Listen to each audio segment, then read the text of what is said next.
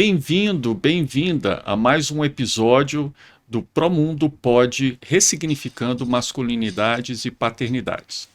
E hoje estamos aqui com um associado do Promundo, Glauber Rocha, né? Glauber, que é psicanalista e psicólogo infantil, psicólogo do trabalho, com foco em populações periféricas e comunidades LGBTQIA+, experiência com atendimento a pessoas vítimas de abuso e exploração sexual, tem focado seus estudos de relacionamento em redes sociais e saúde mental de trabalhadores e é pós-graduando em avaliação psicológica e graduação em História da Arte. Isso. E tem tido a função de paternar o Ângelo Miguel, né, Glauber? Exatamente. Um prazer estar aqui com você. Prazer é meu, Miguel. Que bom. Então, eu achei que tinha pouca coisa para fazer, inventei outra graduação agora, História da Arte. Mas vamos lá, é um prazer estar aqui e contribuir um pouco mais para o Promundo. Que maravilha, né? Essa questão da arte e nós falando de masculinidades, né? Porque Sim. é uma história também toda essa trajetória de masculinidades e que foi Completamente. retratado muito na arte também, né? E também a gente está falando de masculinidades gay, masculinidade negra, né? Então você perpassa um pouco por esse Masculinidades mundo, né? trans também, né? Trans, exatamente, né? E como é que tem sido perpassar e também estudar a história da arte nesse sentido, né? Então, é impressionante porque toda a população, ela não tem como você contar a história de uma população sem falar sobre arte. A arte está aí para, Concordo plenamente com você. Estávamos estudando agora, antes do início das férias, exatamente sobre isso, como a arte, ela contribui para o papel da mulher na sociedade, como a mulher é vista, como a função de quem olha para o espectador dentro dos quadros, a nascimento e tudo mais, quem são essas mulheres, a objetificação da mulher dentro da arte. Então isso tudo envolve toda uma história de povo e a nossa leitura de mundo mesmo, que fica muito intrínseco à nossa subjetividade. E tem um reflexo muito na arte também da masculinidade hegemônica, né? Completamente. Em várias culturas até. Completamente. Tem um quadro, não, na verdade, ele é uma ilustração que essa obra ela se perdeu. Ela é renascentista, se não me falha a memória, que é a queda do herói, que é Ícaro quando cai. Que mostra que quando o herói cai, ele se torna mais um. É bem interessante, vale bem a pesquisa dessa obra, dessa ilustração, porque a obra mesmo ela se perdeu com o tempo. Interessante. E o que fala um pouco sobre a obra, assim? O que ela aprofunda? A obra, ela mostra sobre como o cotidiano médio mesmo, do Renascimento, daquele período do Renascimento, e que quando um ídolo cai, ele se torna apenas mais um. Porque a obra, ela mostra o cotidiano, um camponês, o cotidiano normal e a imagem do Ícaro caído, que é realmente a queda de um deus, que depois que ele cai, ele se torna completamente irrelevante. Uhum. E qual é a representação disso em termos das masculinidades que você... O que eu trago isso é porque, por exemplo, o Ícaro ele é considerado um herói, tem toda a história do labirinto de Ícaro, que chega perto ao céu, enfim. É na ilha de Creta, né? Se eu não me engano. Não, acho que não é Creta, me fugiu, é o mesmo lugar de Medeia. Certo, eu acho que... Vamos pesquisar um pouco sobre isso. Eu não tô lembrando, mas certo. Enfim. Tem toda essa questão do heroísmo de Ícaro, né? E quando ele cai, que é aquele herói que voou, que buscou, enfim, a questão do labirinto inteiro, com o Minotauro e tudo mais, quando ele cai, ele se torna mais um. A masculinidade daquele homem não é mais tão relevante. Que ótima representação, né? Eu nunca tinha imaginado sobre esse aspecto. Mas né? porque sempre pensa no voo de Ícaro. Mas assim, a questão do masculino quanto herói. Aquele de buscar uma masculinidade hegemônica, né? Como Exatamente. se aquilo fosse dar uma liberdade, mas uma falsa liberdade. Exatamente, mas quando a gente fala de arte, por exemplo, a gente vê que a figura da masculinidade, ela é completamente mutável de acordo com o período histórico. Por exemplo, se nós pegarmos um homem na Idade Média, por exemplo, o que era de masculino ali, não é o que a gente entende como masculino hoje. Se a gente pegar um homem da corte francesa do início do século XVI, não é o que é considerado masculino, porque na época o homem usava maquiagem, meia calça, peruca, Exatamente. que era considerado masculino. E a gente perpassa para hoje, se a gente coloca nessa mesma figura de homem, hoje é uma drag queen. Exatamente. O que é ser homem se a gente vai fazer um recorte menor, populacional no Brasil? a figura da masculinidade de um homem no norte do Brasil com do extremo sul do Brasil são completamente diferentes. Então a masculinidade ela é construída, ela não é algo imposto. É uma construção social. Era o que eu estava comentando agora a princípio, né? Que ontem eu estava brincando. Eu, estudante de gênero, fui organizar um chá revelação de uma amiga minha, amiga de infância, de 33 anos, né? Que eu estava comentando. Eu particularmente acho um pouco cafona, mas eu entendo a função. Porque se for menina, se for menino, igual, você não vai deixar de amar menos um filho pelo gênero. Exato. Pelo menos esperamos que não. Então, o gênero ele é realmente algo construído. E a gente consegue perceber, falando de masculinidade, esse recorte mais específico, que ele vai sendo construído de acordo com o tempo. Com o tempo, com a percepção social, o que se considera masculino naquele período. E esse considerar masculino dentro das suas terapias, do que você trabalha, você tem visto que tem sido mais radicalizado essa visão da masculinidade? Está a mesma coisa? Ou estamos voltando à época de Ícaro? Não sei. O que está acontecendo é que parece que a roda do tempo tem girado de forma recorde ao retrocesso. A gente tem discutido muito isso sobre homem não pode falar sobre sentimentos, homem não chora, todas essas questões voltam à masculinidade. Isso não só interfere ao homem cis hétero, mas o homem cis gay também tem essas mesmas questões. Eu já tive um caso clínico de um paciente que ele é um homem gay, cis gay, mas ele tinha muita dificuldade em ser passivo nas relações. Esse foi um dos grandes pontos dele, porque ele trazia que se ele se permanecesse sexualmente ativo, ele seria menos gay do que o cara que estava com ele, né? E a discussão que a gente chegou, uma reflexão de que ali não tem mais ou menos gay ou mais ou menos homem. Aquilo ali não existe. É uma questão realmente de afeto, uma troca que existe ali. A posição sexual que você ocupa naquela dinâmica não diminui sua questão de masculinidade, digamos assim. Você não deixa de ser homem. E lá você, como homem gay, negro, como é que se navega dentro desse mundo, né, das masculinidades rígidas e tantas vezes que você está dizendo, né, é quase uma masculinidade subalterna a essa hegemonia do padrão rígido de masculinidade, né? E você, pelas conversas que temos e tal, tem esses dilemas no seu dia a dia e desde a infância, pelo que você nos falou, né? Sim, e é engraçado que semana passada eu estava tendo uma conversa muito parecida com um amigo mesmo sobre isso, né?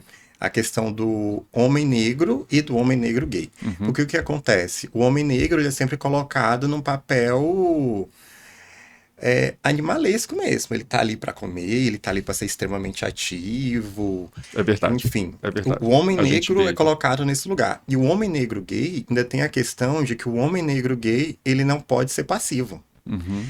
Não é que não possa ser, mas não se espera que seja, por essa questão da animalização mesmo da figura do homem negro. A gente estava conversando, uma conversa completamente aleatória que estourou nas redes sociais semana passada, um médico que eu acho que ele é de Vitória, que ele faz harmonização peniana. E a gente estava conversando sobre isso, e ele estava falando, né, de que... Glauber, para um pouco... Harmonização peniana, por favor, me explique o que isso quer dizer, só como um parênteses aqui.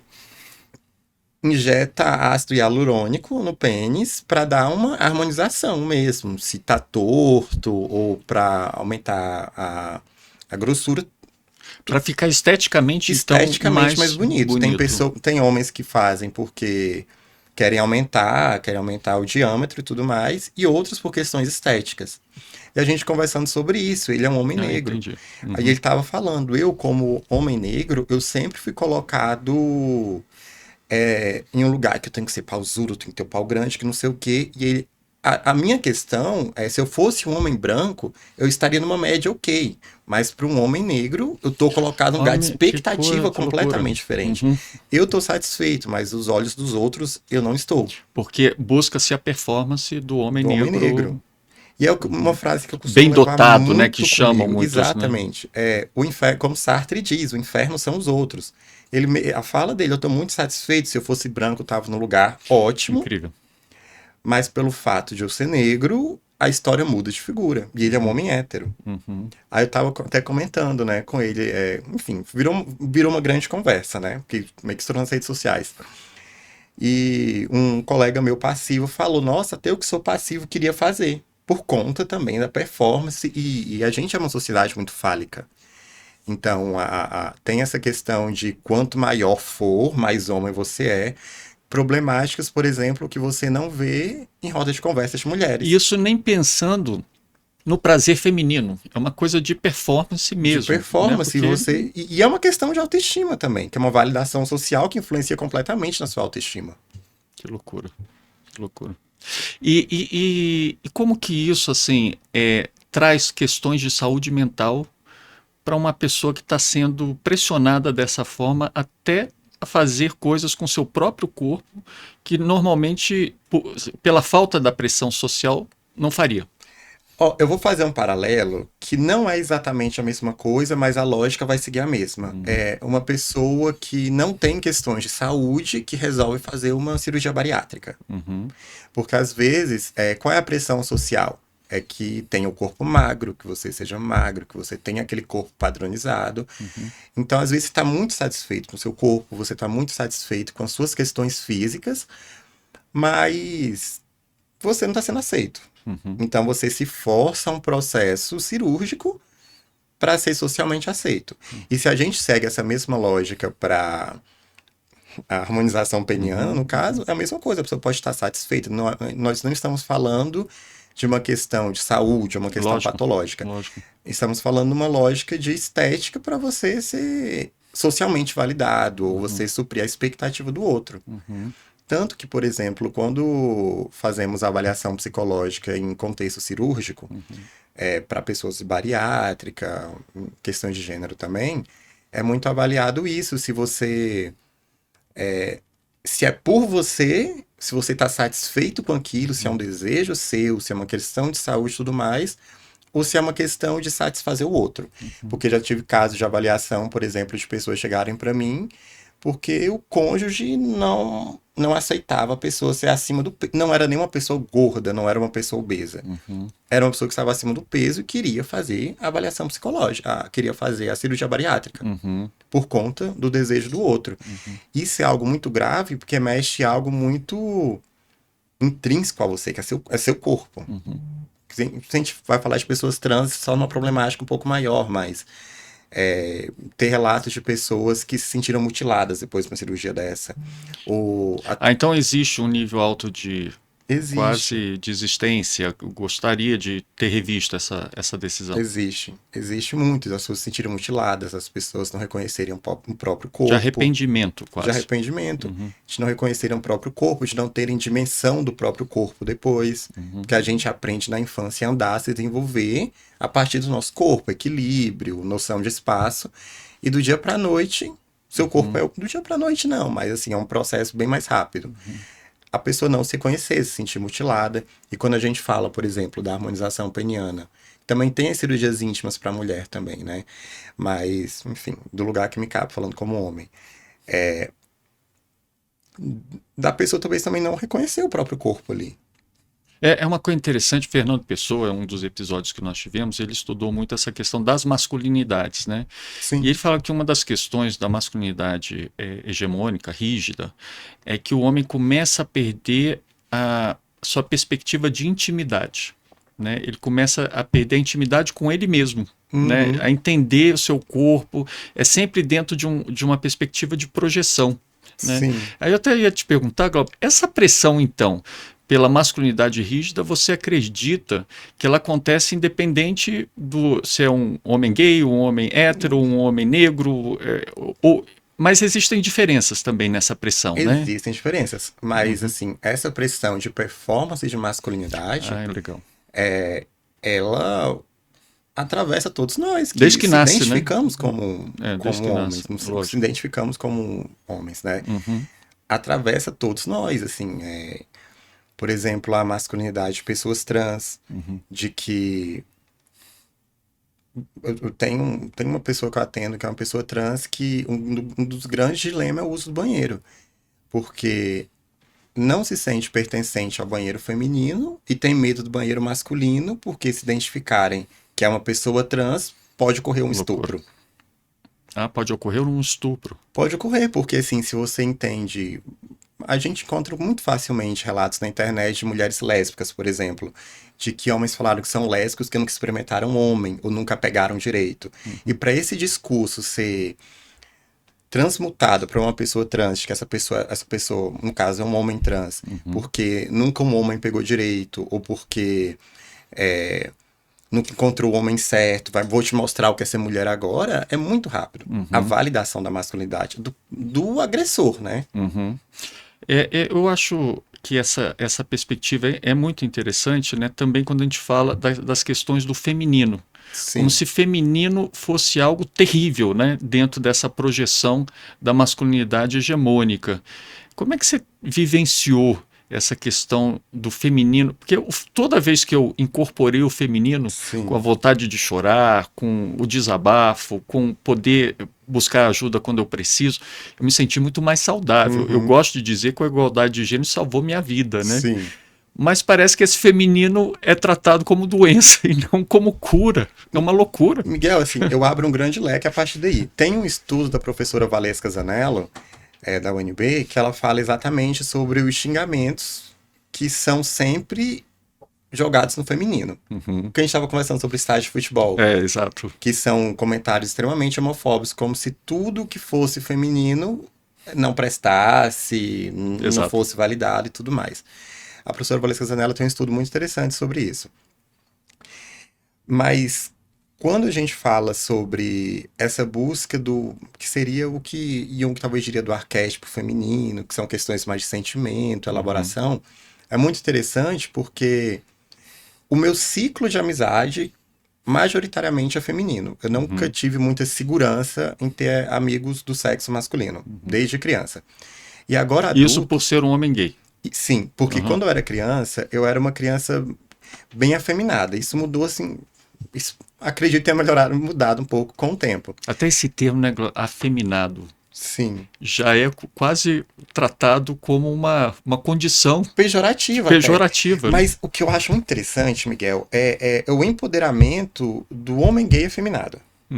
Porque eles são os primeiros que estão apanhando. Eles são os primeiros, assim, para eu conseguir viver a minha sexualidade, teve que vir muito homem afeminado na minha frente, que apanhou, que sofreu muito mais preconceitos que eu sofri na vida, para eu conseguir estar aqui hoje. Então, não é uma condição, assim, são pessoas, assim, que têm muito orgulho, sabe, de fazer parte da comunidade, da força que eles têm. É verdade. Na época da AIDS, por exemplo, os movimentos como se uniram, né, para causas também de defesa de direitos civis, de direitos de saúde. E é isso que eu estava comentando com você. Assim, eu não tinha muito contato com homens, porque a imagem do homem hétero, para mim, ela é sempre a imagem do agressor. Desde criança. Porque, assim, eu como psicólogo infantil falo, criança é muito cruel. Não por maldade, mas por influência de grupo e tudo mais. Então, até para se defender, muitas vezes. Até para se defender. Bullying, então, assim, eu sempre tive na infância, estando no grupo das meninas. Mas eu não me sentia seguro no grupo dos meninos. Aí o que acontece no meio disso? Você se coloca no lugar de não pertencente. É porque esse grupo não aceita nada que seja feminino. Nada que seja feminino e nada que foge daquele padrão normativo do meio daquele grupo. Do menino que não gosta de futebol, enfim. E quem te acolhe são o grupo das meninas. Só que te coloca no lugar não pertencente. Que ao mesmo modo que você não pertence ao grupo dos meninos, você também não é uma menina. Você não está inserido naquele meio. E você vai crescendo e na adolescência isso pesa um pouco mais. Por exemplo, eu lembro na adolescência, já no ensino médio, que os meninos ficavam aquela rodinha de meninos. Nossa, olha a bunda daquela menina. Só falava, gente, mas o cabelo dela tá com ponta dupla. Então, é uma questão assim que às vezes você tem que performar aquilo que você não é, aquilo que você não tem vontade, expressar um gosto não só sexual, mas um gosto artístico, de música, filme e tudo mais. Ou diminuir o repertório, né? Só posso gostar de futebol, mulher e briga. Isso. Né? E senão não pertence a lugar nenhum. E nós somos seres sociáveis, a gente está aqui para pertencer, a gente está aqui para viver em comunidade. Uhum. E você, enfim, com a evolução do tempo, não sei, a gente consegue entender, dar mais valor à nossa autenticidade. Mas para uma criança e para um adolescente não é fácil. Isso eu acho que aconteceu, lógico, comigo, né, na formação. Eu acho que acontecem três coisas importantíssimas. Primeiro, que o Fernando Pessoa colocou, você cria uma anomalia com a sua intimidade, né? Segundo, você começa a ter pouco repertório, né? Você tem pouco repertório de assunto, de troca, de perspectiva, né, do que você pode estar falando, né? E uma terceira coisa que eu acho muito interessante também é que a gente fica muito limitado mesmo, né, a uma subconsciência coletiva, Uhum. né? A gente não consegue fazer uma autorreflexão, a gente não consegue ter espaço de autorreflexão para sair daquela caixa. Exatamente. O que é engraçado nisso, Miguel, é que o que acontece é o seguinte: quando. Vou dar um exemplo: mulher, quando termina um relacionamento. Quando a mulher tem um relacionamento, geralmente ela termina muito sabendo o que ela tá fazendo. Uhum, E o homem não. uhum. Mulher, ela vai sair com as amigas, vai conversar, vai entender o que aconteceu. O homem não, se joga em festa, bebedeira e tudo mais. E eu falo isso da minha experiência de convívio com mulher. Tanto que a minha vida inteira eu ouvi muito as pessoas falarem bendito é o fruto entre as mulheres. Porque eu sempre estava no meio de mulher. Então, eu desenvolvi uma capacidade de narrativa, de Complexidade. complexidade narrativa. Uhum, Que é o que acontece, eu tenho uma tendência muito grande a ser prolixo. E como eu tenho muitas amigas, muitas mulheres à minha volta, então eu tendo a conversar muito sobre o que eu estou sentindo.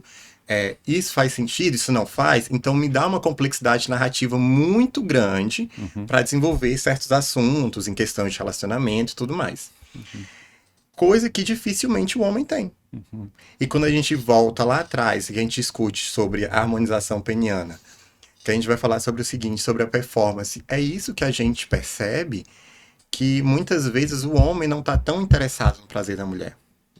Quantas mulheres a gente escuta, em entrevistas, podcast, fala que não sabem o que é ter um orgasmo, que o parceiro não. Sem dúvida. Enfim. Exato. Quanta... E a gente volta a falar dessa harmonização peniana e chega no mesmo lugar. O homem está preocupado com a percepção dele para com ele. Uhum, Não é uma relação de troca com a parceira. uhum.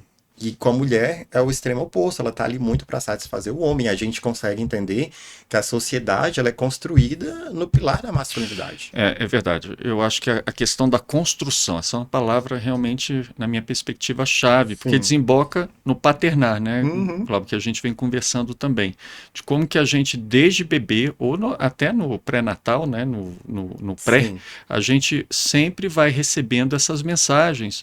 E quando a gente vai paternar, a gente não tem esse feminino do cuidado, né, do autocuidado. E isso nos coloca numa situação de saúde mental bombástica, porque a gente não sabe lidar com a casa. É como se fosse assim, a Uhum. gente foi brincando da porta da casa para fora e as Sim. mulheres da porta da casa para dentro. Lógico que as mulheres hoje não, estão da porta da Sim. casa para fora também.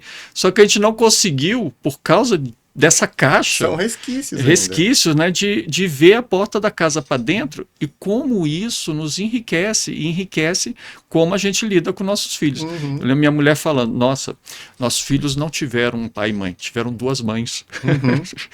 Mas ela era carinhosa a forma com que a minha mulher falava sobre isso, né, como, não, eu me envolvi Uhum. totalmente no cuidado e no autocuidado, né. Mas assim, eu acho que na verdade é um pai, mas um pai pleno, um pai que Sim. sabe ou quer realmente, a gente nunca sabe inteiramente, né? Mas paternar. E a grande tristeza, né, Glauber, que toda essa rigidez na construção acaba desembocando numa paternidade sem saber paternar, né? Sim. Tem uma frase da professora Valesca Zanello, vou citá-la novamente, que ela fala o seguinte numa palestra, que todo e qualquer ser humano é capaz de cuidar e promover desenvolvimento a outro ser humano. Só que Com socialmente certeza. direcionamos esse papel a um gênero muito específico. Exatamente. Só que a gente também fala da biologia do cuidado, do apego e tudo mais. é muito comum, né? A gente vê uma mulher que é mãe, uma jovem mãe, olha, nasceu para ser mãe, olha como ela sabe pegar um bebê no colo. Não é exatamente instinto, ela está sendo treinada a pegar esse bebê no colo desde que nasceu brincando de boneca. Ou sabe cuidar de uma casa, sabe, porque ela foi treinada a isso. Tanto que se a gente for conseguir discutir estatisticamente, acidentes de carro estão mais presentes na vida do homem. Uhum. Porque o homem brinca de carrinho, é aquele carrão envenenado que vai quebrar, matar, destruir. E a mulher não, colocada no papel de cuidado, vamos cuidar, e não é. Todo mundo tem capacidade de cuidar de uma criança, todo mundo tem capacidade de desenvolver uma criança. Existe uma questão, falando da biologia do cuidado e do apego, quando casais heterossexuais têm filhos, tem a mulher, principalmente, a gestação e a amamentação dá aquela bomba de oxitocina, Exato. que faz liga a amígdala, O hormônio do amor, né? isso, liga a amígdala ali de uma forma que tanto que é muito comum mães falarem que depois que foram mães nunca mais tiveram uma noite de sono, independente da idade do filho. E no homem também, só que um quarto do que é para a mulher. E isso vai se desenvolvendo com a interação do homem com a criança. A partir do momento que nasce, esse cuidado, e o homem também vai desenvolvendo mais produção de ocitocina. Nos casais homoafetivos, a amígdala ela liga da mesma forma na mulher. Em casais de dois homens que têm um filho, essa bomba de ocitocina é a mesmo grau de que uma mulher hétero quando tem um Ah, é filho. verdade. Em casais homoafetivos. Interessante. Então, Uhum. talvez essa seja uma das diferenças biológicas entre Uhum. a paternidade heterossexual e homossexual. Uhum. Mas o cuidado, a capacidade de cuidar, de você interagir com aquela criança e promover o desenvolvimento dela, tá igual para ambos os gêneros. Isso não é uma questão de discussão, é questão de boa vontade. Uhum. E a questão de também ter competências para isso que possam ser formadas ao longo do tempo. Por Exatamente. exemplo, você mesmo gosta de dizer que não é pai, Sim, mas que você está paternando mesmo, né, exatamente. uma criança. E esse processo do paternar, ele é mais importante do que somente essa logo, né, pai. Porque Sim. não quer dizer que é pai biológico ou um padrasto que necessariamente sabe ou vai paternar. Uhum. Sim, porque assim, também é Miguel, o nome do meu sobrinho, que eu faço, assim, Meu xará. exerço a função paterna com ele. É muito curioso porque ele é muito estimulado. Ele, desde novinho, por ser psicólogo infantil, eu consegui perceber alguns gatilhos nele, desde muito novo, de ansiedade. Uhum. Então, eu já tinha todo um preparo para ele ter suporte em questão da ansiedade dele. Então, ele foi muito estimulado a falar sobre os próprios sentimentos, estimular sobre o que ele sentia, estimular a falar sobre o que ele sentia, tanto Procurar que ajuda quando for, né? exatamente. Uhum. Tanto que ele, para criança, o medo, raiva e tristeza é muito parecido Uhum. a sensação. Então a gente vai desenvolvendo com o tempo essa capacidade de separar um do outro. Uhum. E o Miguel ele teve essa capacidade muito, muito rápido, muito por estímulo mesmo. Então, por exemplo, o que acontecia de falarem para ele que ele não podia chorar, que homem não chora. Uhum. E lá em casa, não, Miguel, chora sim, cara. Uhum. O titio não chora também? Chora. O titio deixou de ser homem porque chorou? Não, tio, então pode chorar. Uhum. Pode chorar, tá tranquilo chorar. E lá em casa também nunca teve muita questão com brinquedo. Então ele brincava de carrinho, dinossauro, Barbie, o que ele Da queria porta brincar. para dentro e da porta para fora, à Não, nunca vontade. teve problema, nunca teve problema algum. Só que minha mãe, ela mesma fala de que a forma que ele brincava de boneca era diferente da forma que eu brincava de boneca. Minha mãe falava que eu já tinha aquele instinto mais delicado para brincar com boneca, e ele não. Era a Barbie que era caçadora de dinossauro, essa Barbie voava na sala junto com o boneco do Woody, um dinossauro em cima. Enfim, essas questões foram muito colocadas nele. Uhum.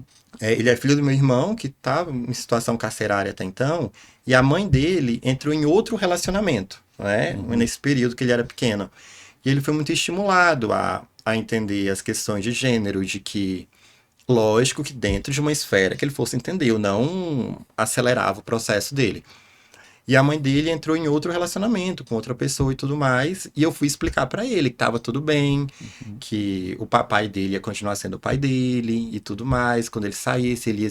Foi muito engraçado no carro, tipo, que quando o pai dele tivesse condições, ele ia entrar no relacionamento com outra mulher, e ele com o homem tá bem, se ele quiser. Ele já é muito novinho, com 5 anos de idade, já tinha essa percepção. E ele sempre reproduz, né? Que o importante é ser feliz, o importante é ser feliz.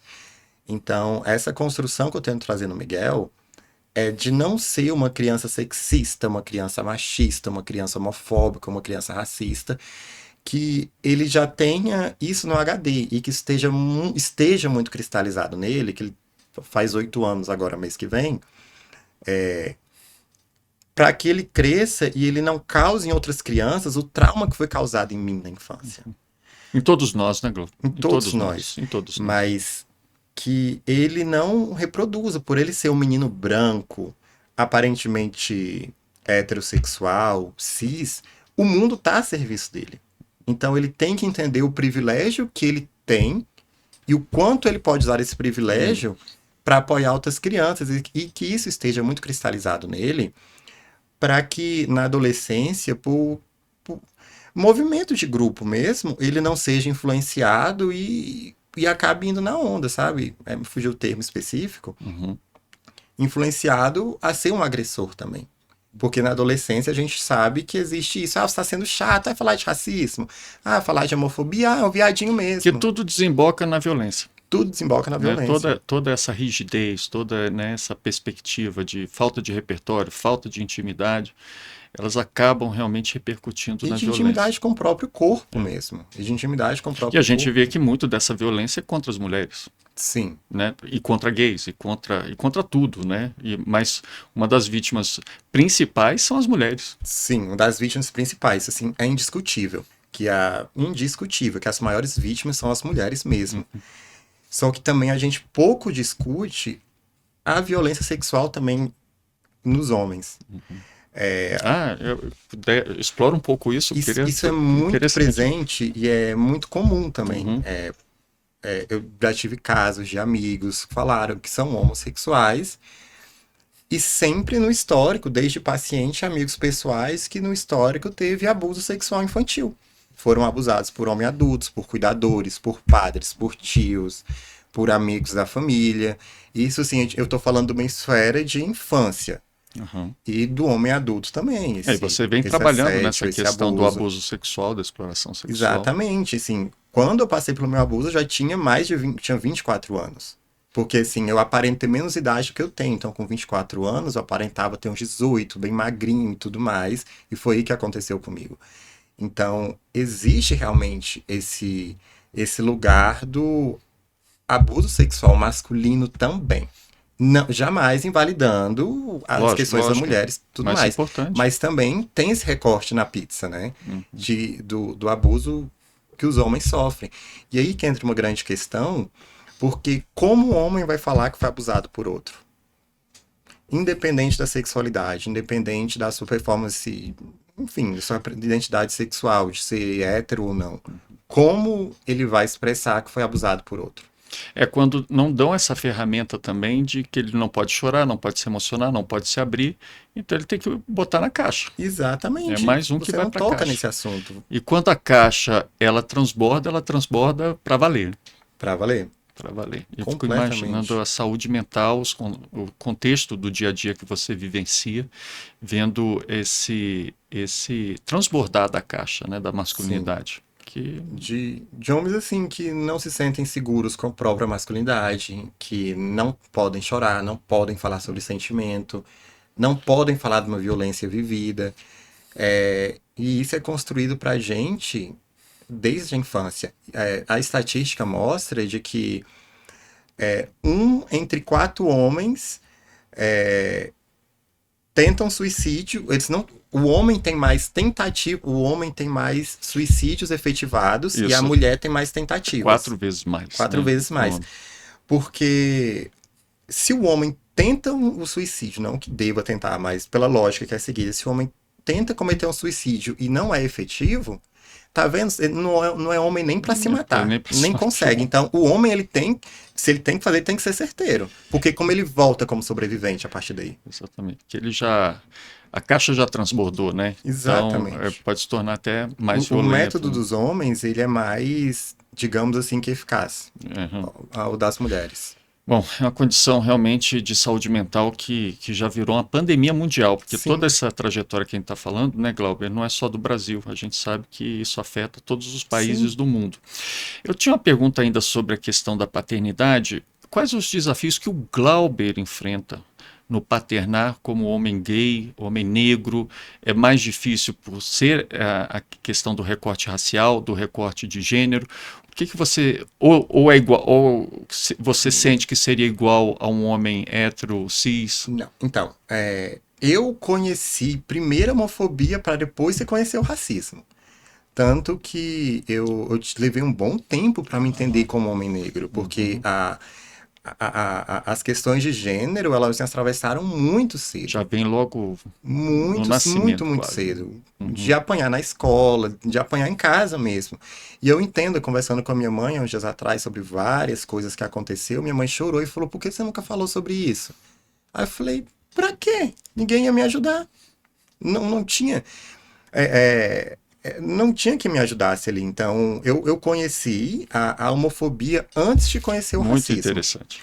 Então, quando você fala dos desafios, o Miguel, por ser um menino branco e aparentemente heterossexual, repito, o mundo está muito a serviço dele, as Exato. oportunidades vão vir muito na frente para ele.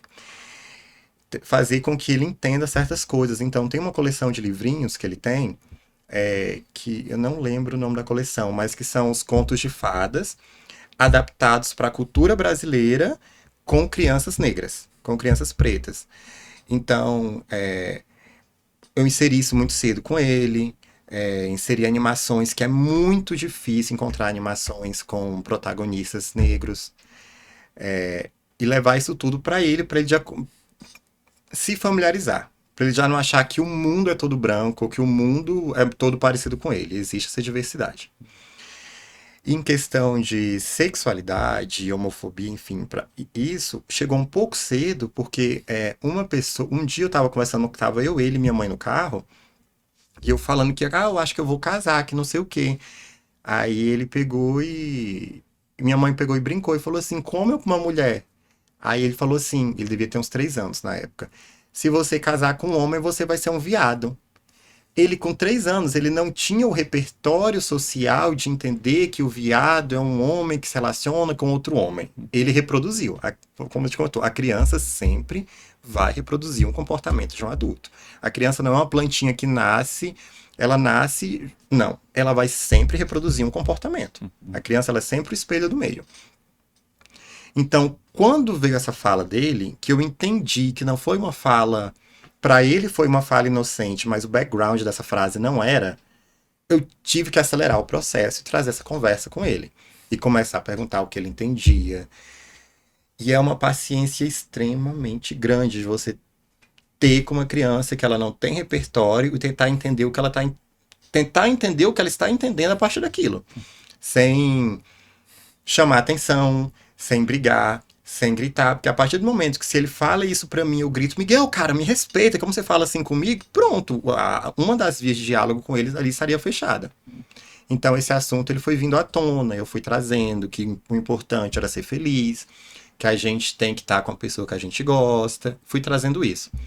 E nisso, na escola, ele conheceu uma menininha que ele pegou e chegou pra minha mãe e falou: vó, se eu casar com a Sofia, você dá comida pra ela? Que a preocupação dele era promover ali o sustento básico dessa criança, porque ele entendia, né? Mas com o Miguel eu tive muito essa preocupação dele dele entender que o importante é ser feliz, não é pauta você saber, lógico que eu não usei essas palavras com ele, não é pauta você se interessar, julgar o outro com quem essa pessoa se relaciona na intimidade. Porque independente da minha sexualidade, com quem eu me deito, o que eu faço entre quatro paredes, com as pessoas que estão consentidas com aquilo dali, não afeta meu meio social, não afeta o profissional que eu sou, não afeta meus níveis de amizade, não afeta minha relação familiar. Então é algo que não cabe na seara dos outros que não deve ser julgado. E eu acho que eu fiz um trabalho tão efetivo com o Miguel, apesar de ter tido uma rasteira no meio do caminho, que um dia eu fui buscar ele na escola e tinha uma criança um pouquinho maior de chupeta. Aí eu falei, nossa, menino, desse tamanho de chupeta, é estranho, né, Miguel? Aí ele, mas a chupeta é dele, né, tio? Se ele tá feliz com a chupeta. Muito bom, O excelente. que que eu falo? Eu falei, você tá querendo me lacrar, Miguel? Exatamente. E lacrou, né? E lá Exatamente. lacrou bem. Mas voltando à questão do Uhum. paternar e falar sobre isso com ele, agora no Natal, na casa do meu padrinho, tem uma escada imensa e tava, tinha algumas crianças brincando. E eu tava descendo a escada e ele subindo com mais três meninos, né? E nessa subida, ele falou assim: quem subir por último é gay. Na hora me deu assim. Eu não sustentei o personagem ali, porque na hora me deu um susto, porque era exatamente o que faziam comigo na infância. E E na comigo hora eu também, me com todo assustei. mundo. Na hora eu me assustei. Aí eu olhei pra ele, eu acho que ele também se ligou que tinha feito algo ali que não era tão legal assim. Aí depois ele veio conversar comigo, falou. E ele, a complexidade narrativa dele, ele, tio, foi só um. Não que eu tenha brigado, enfim, nada com Mas é ele. interessante, ele faz, mas cria uma consciência rápida. É como se Rápida. o subconsciente dele reproduzisse, mas ele Exatamente. tem o clique da consciência que Aquilo dali 99,99% não vai ter, fugiu. né? Então, O é o clique. que eu tô falando, é questão de comportamento e pertencimento social. Ele Uhum. reproduziu aquilo dali pro meio de outras crianças que estão naquele Isso. meio. Na hora que ele me viu, não que eu também seja uma figura rígida pra ele, porque eu não sou, mas ele viu que aquilo Não, dali não entendi. foi Certo? tão interessante. Uhum.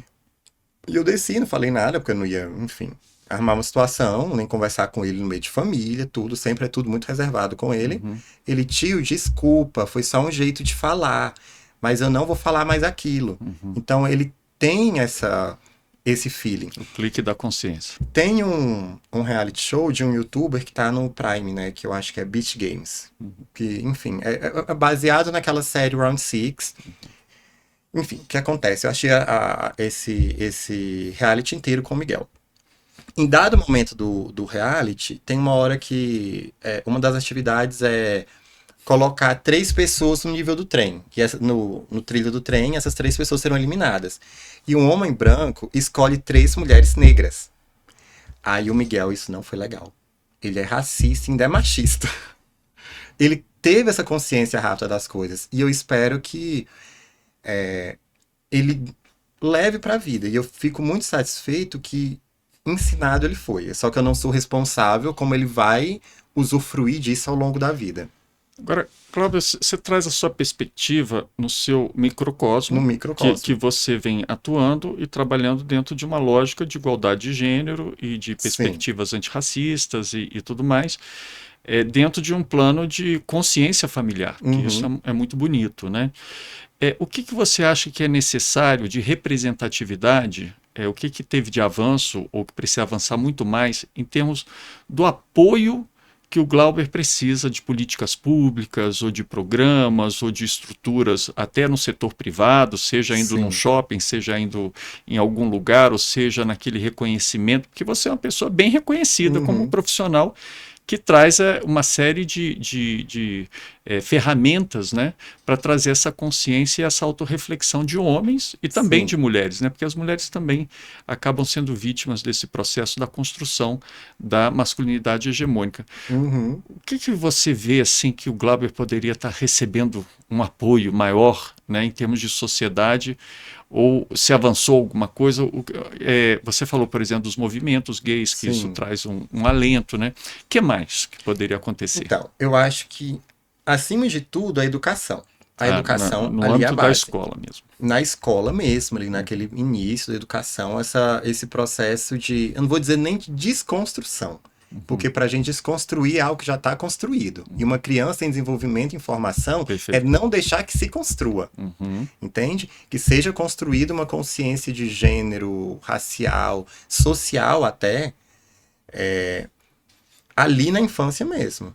Que é o que eu realmente falo, assim, o que eu quero que o Miguel tenha é consciência de classe e saiba interpretar um texto. Para mim, eu já fiz muita coisa. Porque hoje até interpretar texto tá Tá difícil para muita difícil. gente.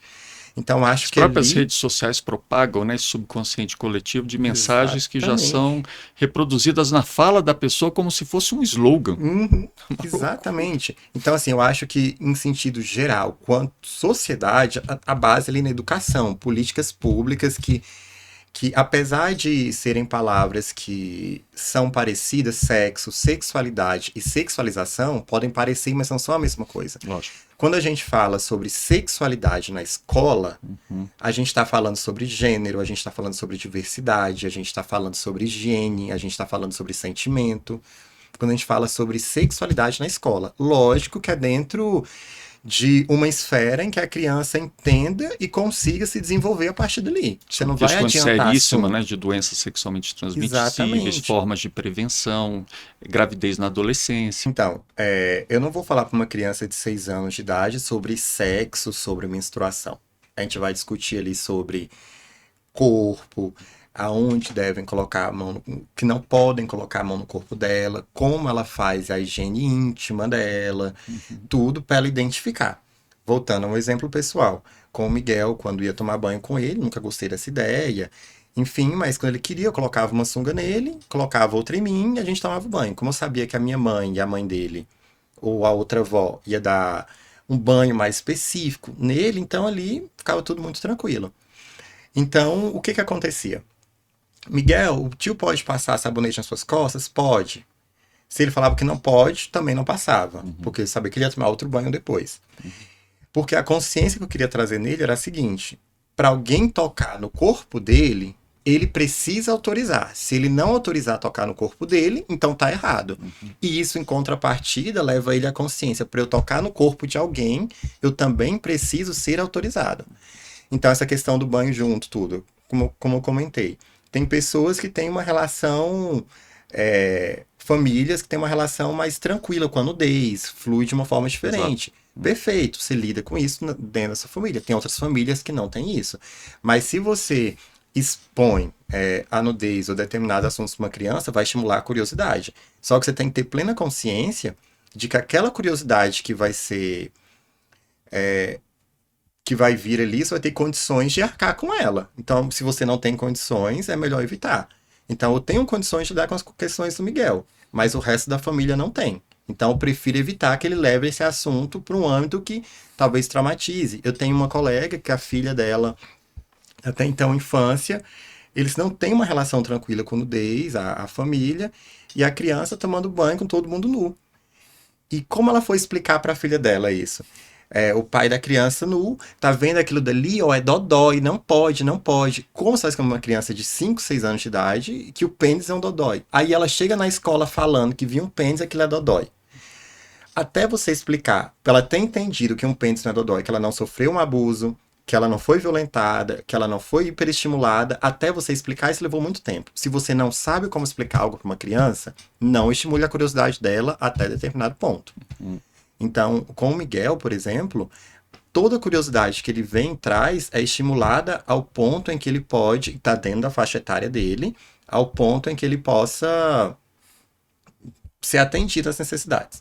Voltando à questão de políticas públicas, falar de sexualidade. Evitar abuso sexual infantil é importante quando a gente fala sobre sexualidade. Então, a educação, para mim, é a base de tudo. Quando a gente fala já numa segunda fase, numa adolescência, ainda continua na esfera da educação, palestras, enfim, programas ali dentro da escola que tragam essa questão de sexualidade, que a gente já está falando sobre sentimentos. Até a Inglaterra ela tem uma abordagem que eu acho muito interessante. Quando chega na adolescência, o tema central da política pública é sexualidade e relacionamentos. Sim. Ela já linka relacionamentos com a sexualidade como sendo algo imprescindível a ser discutido e trazer para a consciência dentro da sexualidade. Exatamente. Aqui no Brasil tem um fenômeno esquisitíssimo que é pouquíssimo falado, que é o casamento infantil. E eu falo casamento infantil não é... O Promundo tem até um estudo mais importante sobre esse tema. Exatamente. Né? A gente vê ele no Nordeste, por exemplo, que é onde tem Isso, é o mais maior índice de Norte, crianças Nordeste. com 11 anos de idade casadas, Exato. com filhos e tudo mais. E isso não é discutido. Exato. Isso não é discutido. Não é porque o seu corpo está pronto. Pronto não. Você se desenvolver ele sexualmente um pouco mais em si, que você está pronto para ser filho, você não está emocionalmente desenvolvido. É aquela sua primeira paixãozinha com 11 anos de idade, significa que é o amor da sua vida que você vai desenvolver ali. E isso não é discutido. O nosso sentimento é sempre jogado numa esfera de daqui a pouco. Daqui a pouco a gente lida com isso, daqui a pouco a gente fala sobre isso. Uhum. E é o que tem causado muito problema.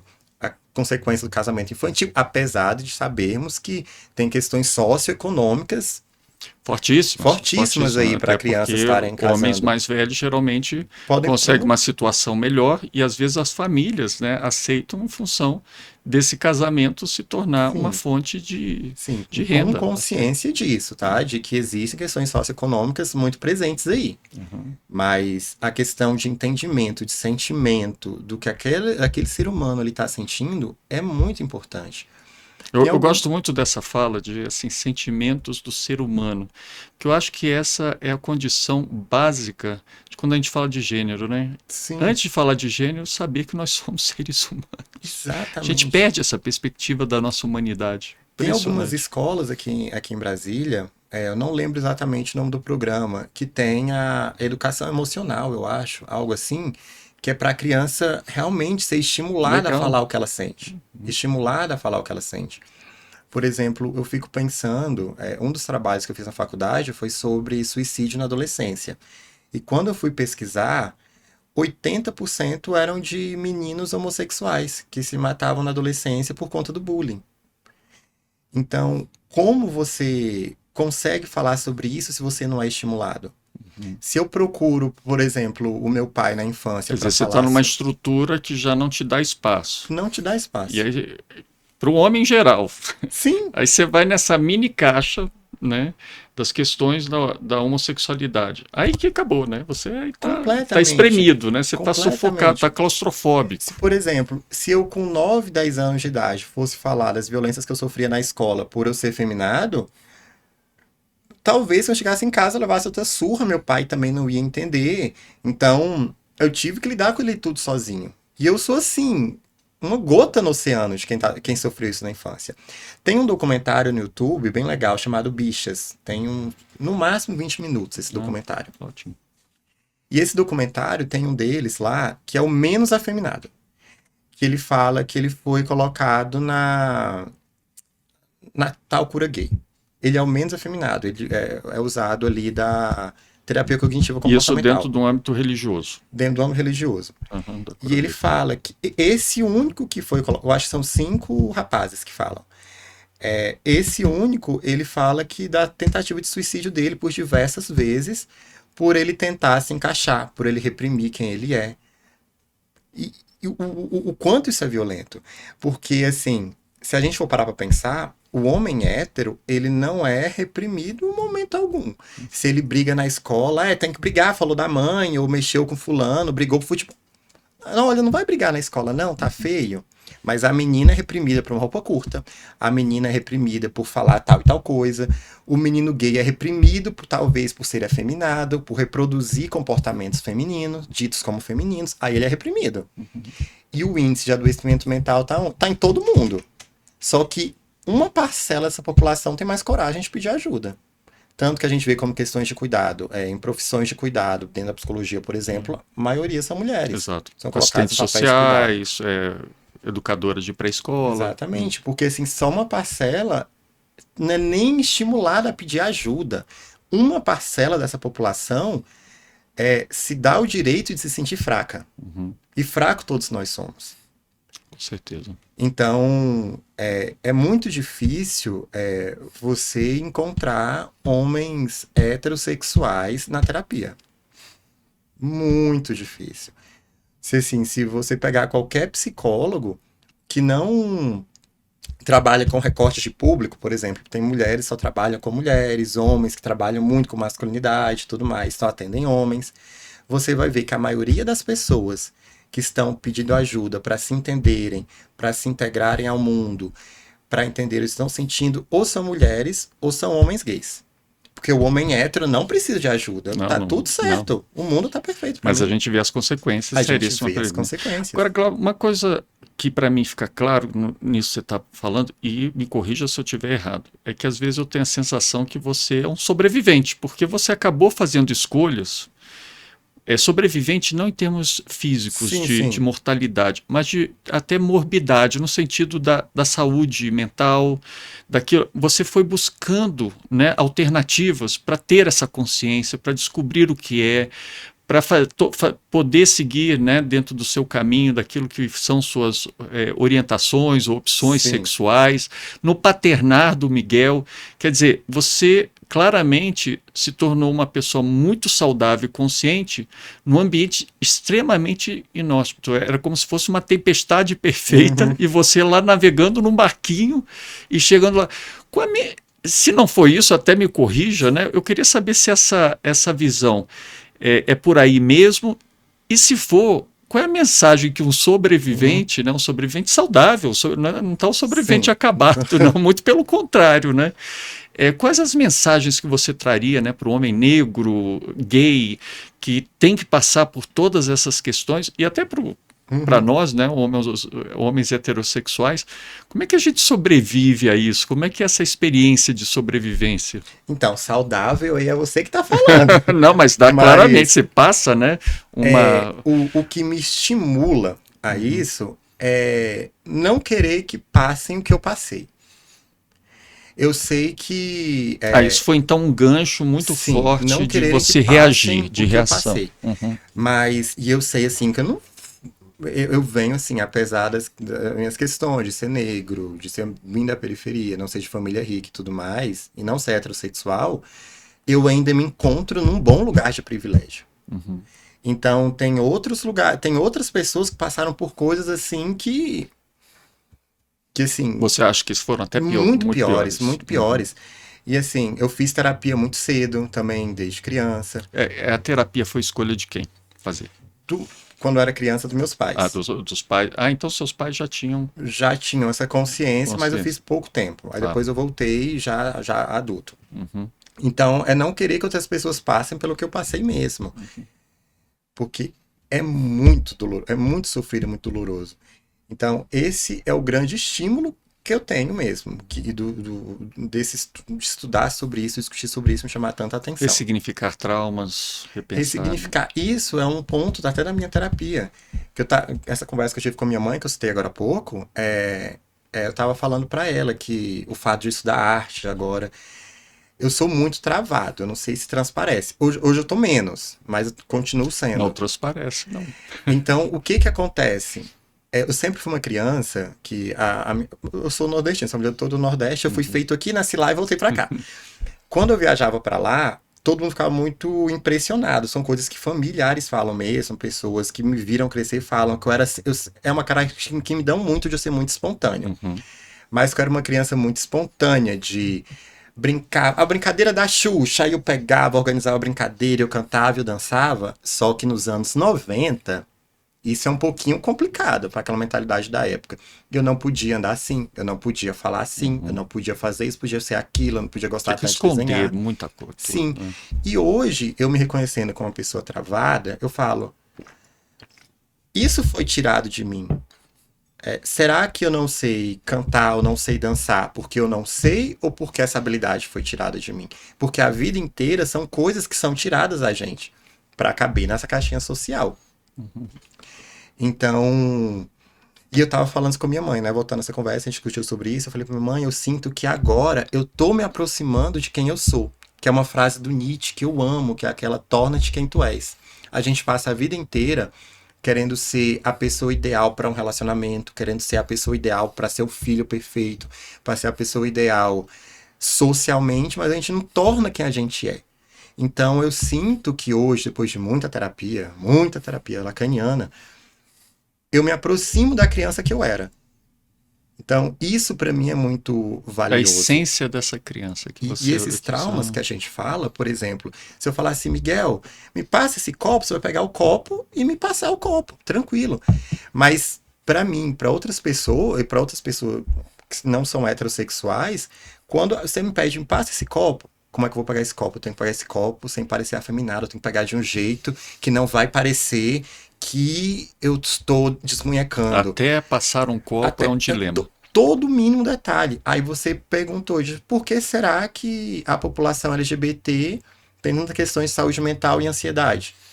a gente está sendo hiper alerta desde a infância. Monitorado, né? Até hoje, eu falo assim mesmo, até hoje. Se eu estiver andando na rua e tiver um grupo de rapazes jogando bola e a bola cai perto de mim, eu acho que eu tenho um piripaque igual do Chaves, que eu não sei chutar a bola, sabe? Porque me dá um nervoso, porque se eu chutar a bola errado, não sabe chutar a bola. Homem sabe jogar futebol. Se pegar com a mão, porque não chutou. Então é toda uma problemática muito grande.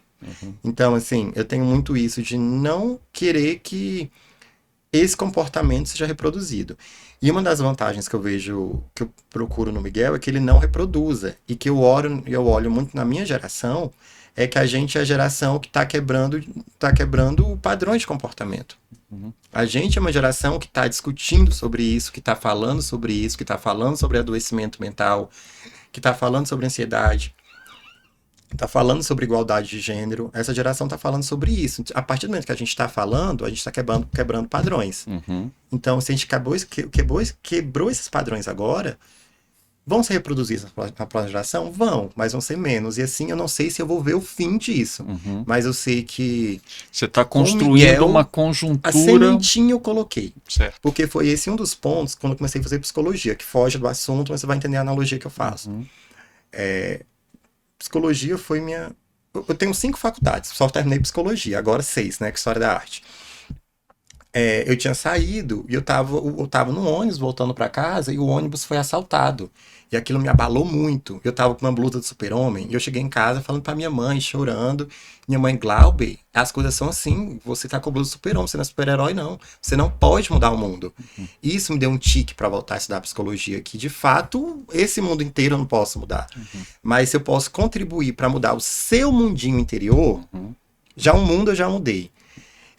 E por isso que eu falo do Miguel, se eu posso contribuir para esse mundinho dele, de uma criança de 8 anos de idade, ser melhor, eu já mudei um mundo, que essa diferença vai fazer diferença em outros pequenos mundos, entendeu? Exato. Então, esse é meu maior estímulo, de fazer um pouquinho, parece que a gente está querendo apagar incêndio com bico de beija-flor, um gotinho de água de bico de beija-flor, mas é uma parte. Não, é como se fosse, né, Globo, o que você traz é fundamental, porque a partir de... Eu não posso mudar o mundo, mas eu estou mudando o mundo, né? Sim. A partir do que vem como semente ali, né? Então, essa árvore talvez esteja nessa situação, mas eu estou semeando uma coisa. Sim. Que eu estou indo lá para a semente, né? Que é uma coisa importante. Talvez esteja muito enraizado já isso, mas em algum momento essas sementes podem germinar coisas que até sufoquem, né? Sim, completamente. Esse sistema que nós estamos vivendo hoje, né? E quando a gente discute, voltando ao tema central, né? A questão da igualdade de gênero, você falar sobre sentimentos, quanto homem hétero, tudo falar sobre sentimentos, é bem interessante, que é uma vivência que eu tenho tido muito presente agora. Eu tenho eu não tenho uma questão de melhor amigo, eu não tenho essa ideia de hierarquizar minhas amizades.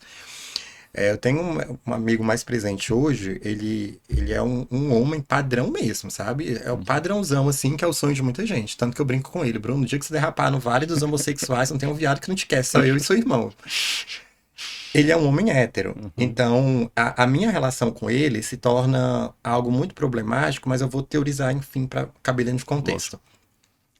Ele é um homem hétero. A gente tem um pouco mais de 30 anos e ele teve um relacionamento, enfim, teve questões que ele só conseguia conversar comigo sobre os sentimentos, o relacionamento dele, de chorar, porque como é que um homem hétero com mais de 30 anos vai chorar por uma questão de relacionamento com a namorada, que não sei o que, não pode. Você tem que deixar de ser frouxo. E ele conversa, ele chora, tudo, e eu estimulo, cara, tá tudo bem, chora mesmo, tô aqui, vamos, a gente tá junto, tô aqui, tem lugar pra você chorar. E a gente conversa muito. Só que o que acontece? A problemática da minha relação com ele é que as pessoas veem a gente como casal. Porque aí que é uma questão problemática. O homem gay perto de um homem hétero ou perto de outro homem padrão, coloca o homem gay num lugar predatório. A todo momento parece que eu tô esperando ele vacilar pra agarrar o Bruno e tudo mais. A gente tem uma relação de irmãos mesmo. E se torna uma problemática. Eu tenho um sério problema de um over-explaining. De explicar e acabar sendo prolixo. E por falar muito sobre isso, parece que dá o efeito rebote. Então, e a explicação, e eu explico muito sobre isso, de que é uma questão muito problemática, porque coloca um homem gay num lugar predatório, de que não pode estar perto de outro homem que quer pegar, esperando só um vacilo, e eu falo, e pra ele é meio que engraçado a história, a gente sai junto, acharam que a gente é um casal, e ri. Aí eu falo, e eu rio também, eu não peso a situação. Mas só que eu falei pra ele, cara, pra mim o buraco é muito mais embaixo. Porque, por exemplo, se a gente tá andando na rua juntos e acha que a gente é um casal e vem um grupo de 5 homens homofóbicos e lambe nós dois na porrada, como é que eu vou me sentir sabendo que você apanhou por estar comigo? Exato. Ou você tá num relacionamento e por homem não ser acostumado a falar sobre sentimento, a fazer os programas que a gente faz, achar que não vai ficar com você, que você tem alguma questão comigo enrustida. Ele, mas eu não tô nem aí. Eu falei, não é questão de não estar nem aí. É uma questão de leitura social. E eu trago Sartre de novo. O inferno são os outros.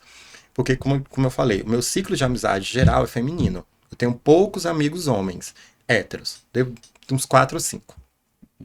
Se eu chamo uma amiga minha pra ir a um restaurante, amiga, vamos ao restaurante, de lá vamos ao cinema, ou vem aqui na minha casa ver um filme, não vão Normal, olhar. tá, né? Não vão olhar. No Nem a máximo, sociedade vai não vai. No reclamar máximo nada. que vão pensar, aquela menina com o amigo viado dela. Vai ser o máximo que vão pensar.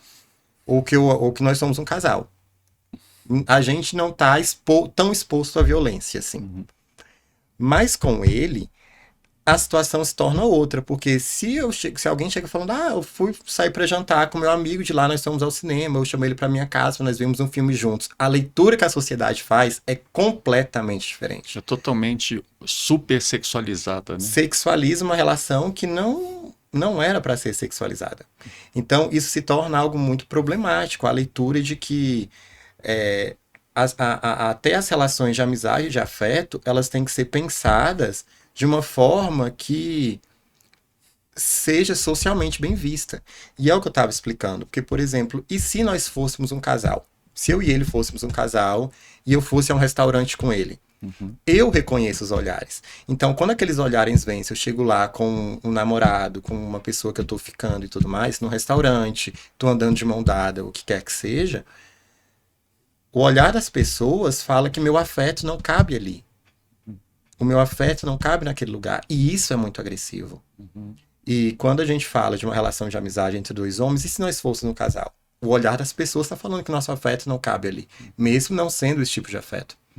Então, isso é adoecedor, porque nós estamos falando de afeto o tempo inteiro na vida. Todo lugar que nós passamos, É o nós estamos alimento, falando de né, afeto. da alma, da saúde E mental. quando a gente fala sobre saúde mental do trabalhador, também é isso. Se um homem que é gay, que não é assumido, chega de aliança no trabalho, e aí, quem é sua namorada?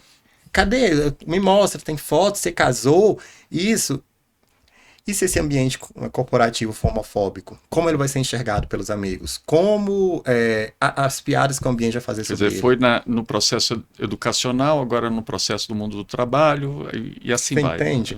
Que a gente está falando de afeto o tempo inteiro, e eu volto lá no início da sua pergunta, que você falou o que a gente precisa de repertório para lidar com isso, para tentar minimizar os danos, no mínimo, né? Ter no mínimo um controle de danos. É realmente o que o Divan tem feito, né?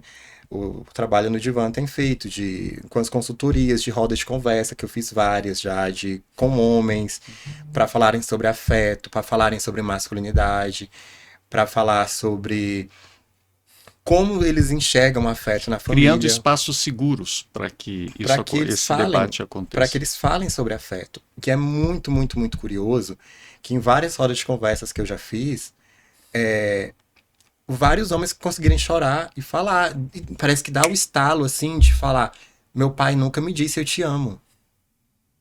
E é muito, por mais que a gente saiba que existe um sentimento, mas a verbalização é a materialização daquele sentimento.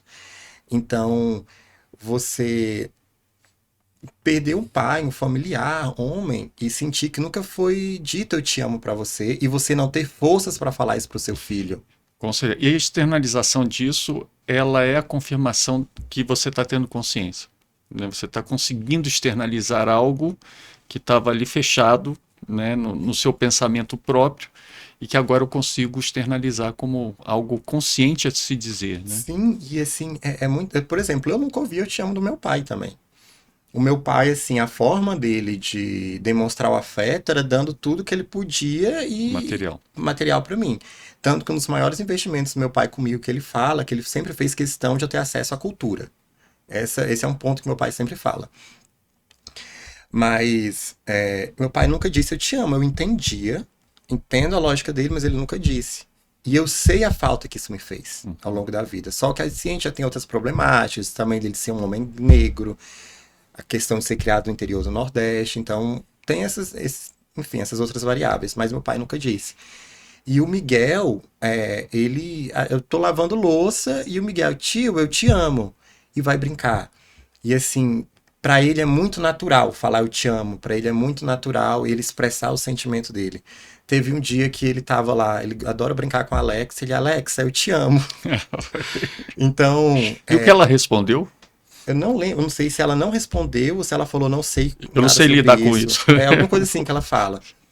E ele tem muito essa liberdade de falar eu te amo, de expressar os afetos. E ele tem essa questão com ansiedade mesmo. Ele já teve uma crise de ansiedade e ele explicar o que ele tá sentindo pra mim, de que o coração dele tá doendo, tudo. Porque se ele não tem essa liberdade de falar sobre ansiedade agora, imagina, vou esperar o menino ter um transtorno, ter alguma tentativa, alguma coisa por não conseguir lidar. Então, a gente ter noção do que a gente sente, a gente ter liberdade de falar o que a gente sente, é primordial para a vida. É uma questão assim que a gente precisa tanto quanto falar de qualidade de vida no Brasil ultimamente está um pouco difícil, mas nutre a gente alma mesmo, que a gente fala de uma saúde física, mas a gente não fala de uma saúde emocional, a gente não fala de uma saúde psicológica, a gente não fala de ter psicólogos mais efetivos em escola pública, onde em situações de vulnerabilidade, em que são configurações familiares diversas que existem ali. Intuitivamente, eu acho que as pessoas sabem no íntimo isso, intuitivamente elas gostariam de talvez estar nesse espaço, né? Mas essa pressão toda faz com que a gente se conformidade, né? Sim, quantas Porque vezes eu já ouvi. senão os benefícios materiais, os benefícios de aceitação, os benefícios, né? Vamos botar tudo né, em aspas aqui.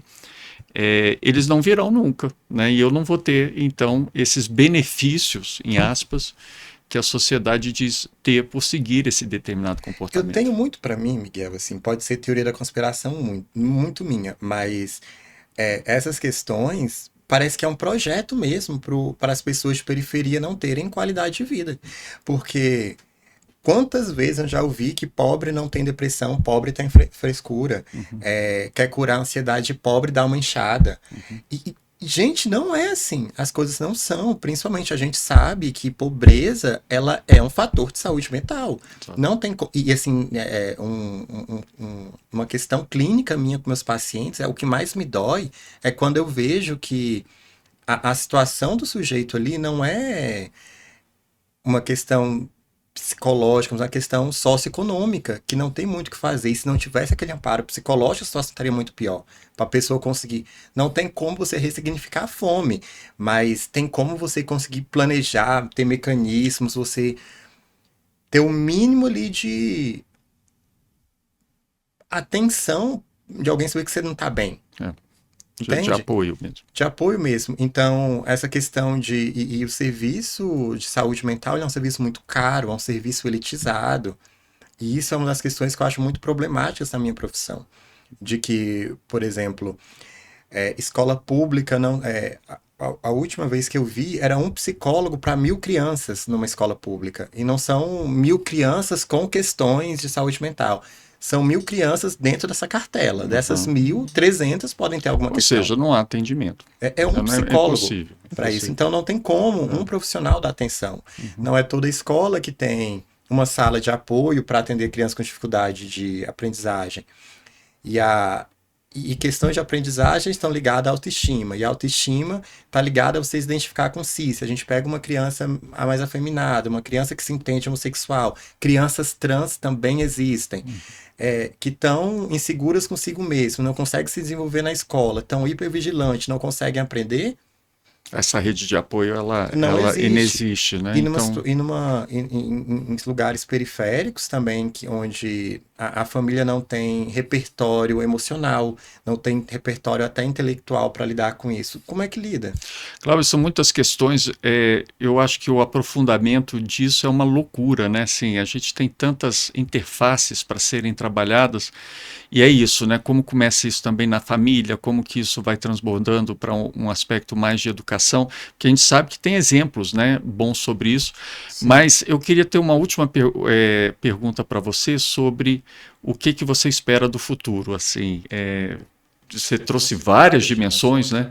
Mas se você pudesse ver uma para o Miguel quando ele for adulto, né, que ele vai encontrar um ambiente muito mais amigável nessas questões, o que você diria assim para o nosso ouvinte, para ser aquela coisa que você vê um mundo extremamente saudável na perspectiva de gênero, na perspectiva da sociedade como um todo, né? Miguel, eu gostaria de ser mais otimista. Mas assim, o meu otimismo que eu espero para o futuro é que ele seja forte para lidar com os iguais, em apoiar as pessoas vulneráveis. Isso que eu desejo para ele, que ele tenha força, que ele tenha condições, porque querendo ou não, por mais que esteja sendo muito discutido hoje, ainda não é todo mundo que tem acesso a isso.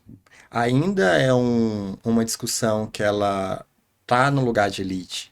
Não é um lugar assim que, por exemplo, pessoas lá no Sol Nascente vão discutir sobre isso. Não estão O discutindo. cadastro único no Brasil são mais de 100 milhões de pessoas Exatamente. cadastradas. Então, assim, que ele tenha esse altruísmo de levar. Isso que eu desejo para o Miguel, que ele tenha força, que ele tenha altruísmo e que a gente tenha mais pessoas falando sobre isso, porque por mais que pareça uma gotinha, sempre vai fazendo a diferença, sabe? Juntando, a gente faz uma tempestade aí. Exatamente. Glauber, muito obrigado pela possibilidade Imagina, de ter Miguel. você aqui e que seja a primeira de muitas, porque o Espero tema também. aqui não vai esgotar nunca, né? Sim. Então, eu acho que ter tido a sua participação na perspectiva do que a gente trouxe, né? Não só dos seus estudos, mas da sua prática, né, psicológica, da sua prática também dos estudos que você faz na arte, na história da arte e também no seu exercício do paternar, o Ângelo Miguel, para a gente é um exemplo, né, vivo, Sim. de que é possível, né, de que essa gota ela pode realmente gerar essas sementes para um futuro muito melhor, né? Então, muito obrigado por estar aqui com a gente, né? Esse então foi o episódio que nós tivemos com Glauber Rocha sobre ressignificância de masculinidades e paternidades e nos vemos no próximo episódio do Promundo Pod.